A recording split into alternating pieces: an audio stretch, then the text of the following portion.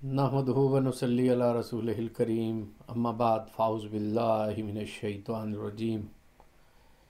بسم اللہ الرحمن الرحیم۔ ناظرین محترم، غزوہ بدر جو 17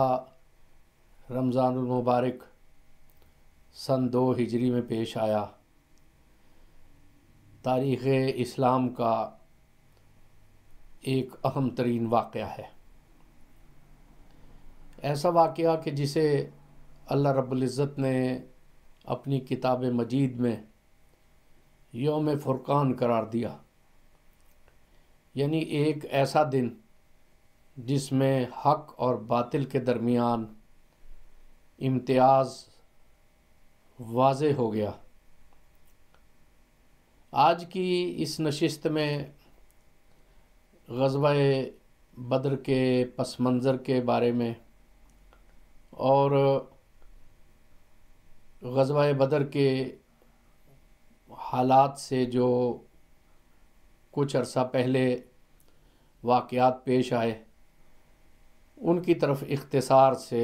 اشارہ ہوگا۔ سن 2 ہجری نبی کریم صلی اللہ علیہ وآلہ وسلم مدینہ منورہ میں اقامت پذیر تھے۔ ہجرت مدینہ کے بعد حضور انور صلی اللہ علیہ وآلہ وسلم اور آپ کے صحابہ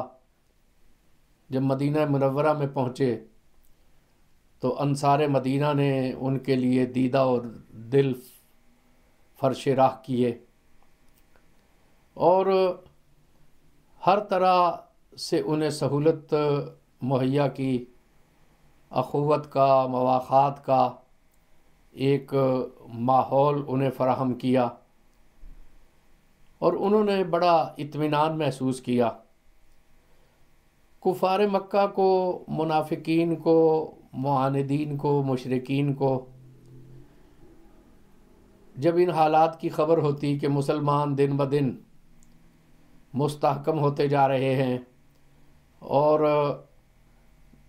اطمینان سے زندگی بسر کر رہے ہیں، تو انہیں یہ خدشہ پیدا ہوا کہ اگر ان کی مدینہ منورہ میں ریاست استحکام پذیر ہو گئی تو پھر یہ بہت مضبوط ہوتے جائیں گے اور ان کی دعوت زیادہ سے زیادہ فروغ پذیر ہوتی چلی جائے گی اور یہ پورے عرب کو اپنے حصار میں لے لے گی۔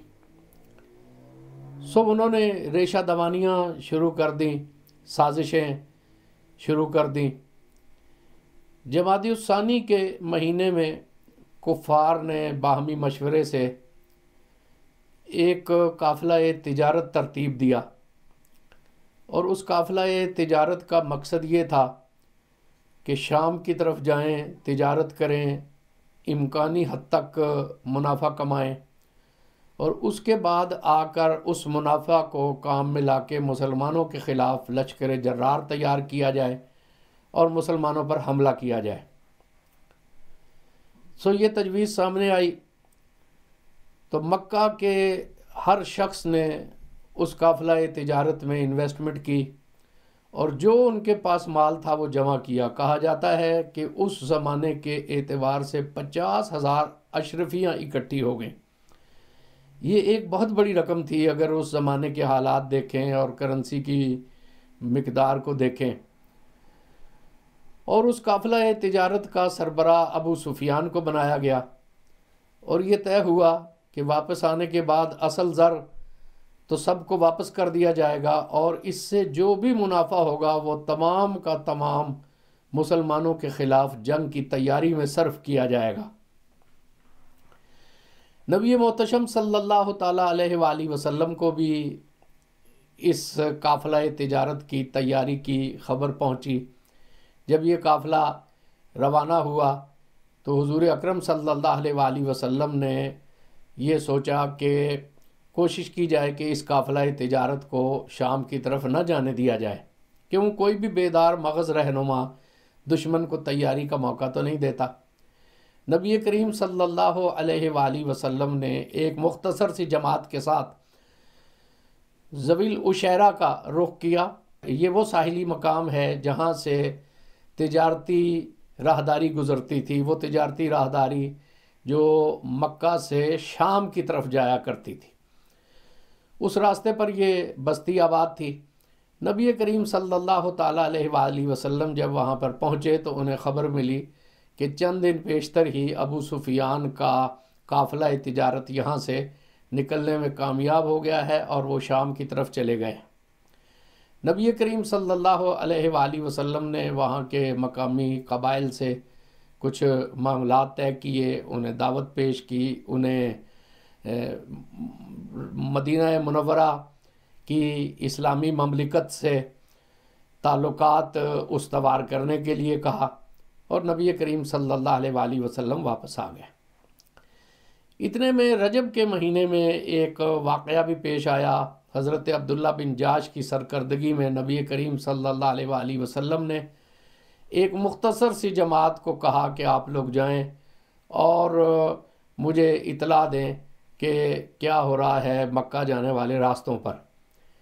لیکن اتفاق سے یہ رجب کا آخری دن تھا کہ ان کا سامنا کفار کی ایک مختصر سی جماعت سے ہو گیا، اور حالات ایسے پیش آ گئے کہ ان کے درمیان لڑائی کی نوبت آ گئی، اور ایک سردار عمر بن حضرمی یہ مارا گیا،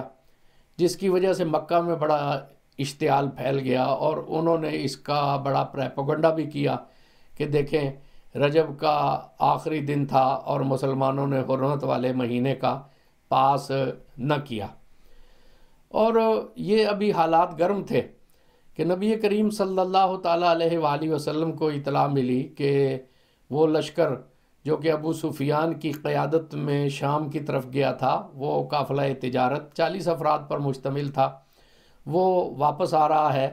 اور اس نے بہت سا منافع کمایا ہے، واپس آ کر وہ اسے مسلمانوں کے خلاف استعمال کریں گے۔ تو نبی کریم صلی اللہ تعالیٰ علیہ وآلہ وسلم نے فوری طور پر اعلان کیا کہ ہم لوگ نکلیں اور اس قافلہ تجارت کو روک لیں، تاکہ مکہ والوں کو اس طرح جو ہے وہ مسلح ہونے کا موقع نہ ملے۔ اگر ان کے ہاتھ میں یہ وسائل آ جائیں گے تو پھر وہ مسلمانوں کے لیے زیادہ خطرات کا باعث ہوں گے۔ تو کہا جاتا ہے کہ 313 افراد کا ایک لشکر تیار ہو گیا، کچھ اس کے ساتھ اور چھوٹے بچے بھی تھے، کم عمر صحابی وہ بھی اس کے ساتھ تھے۔ تو نبی کریم صلی اللہ علیہ وآلہ وسلم جب مدینہ منورہ سے چلے تھے تو مورخین کی رائے یہی ہے کہ اس وقت ان کے پیش نظر جنگ نہیں تھی، بلکہ اس قافلہ تجارت کا راستہ روکنا تھا۔ تو نبی کریم صلی اللہ علیہ وآلہ وسلم نے اعلان فرمایا، جو لوگ بھی میسر تھے اس میں بہت زیادہ یہ نہ کیا گیا کہ انتظار نہ کیا گیا کہ جو لوگ کی اسی وجہ سے مدینہ منورہ سے باہر ہیں وہ بھی اس کے ساتھ شامل ہو جائیں، بلکہ جو بھی سر و سامان میسر تھا، جتنے لوگ بھی مدینہ منورہ میں تھے، حضور اکرم صلی اللہ تعالیٰ علیہ وآلہ وسلم نے انہیں ساتھ لیا اور آپ مدینہ منورہ سے نکل پڑے۔ اور اس وقت حضور کا ارادہ یہ تھا کہ ہم آگے جائیں گے، بدر کا مقام بھی اسی راستے پر واقع ہے، وہاں جا کر ہم حالات کا جائزہ لیں گے۔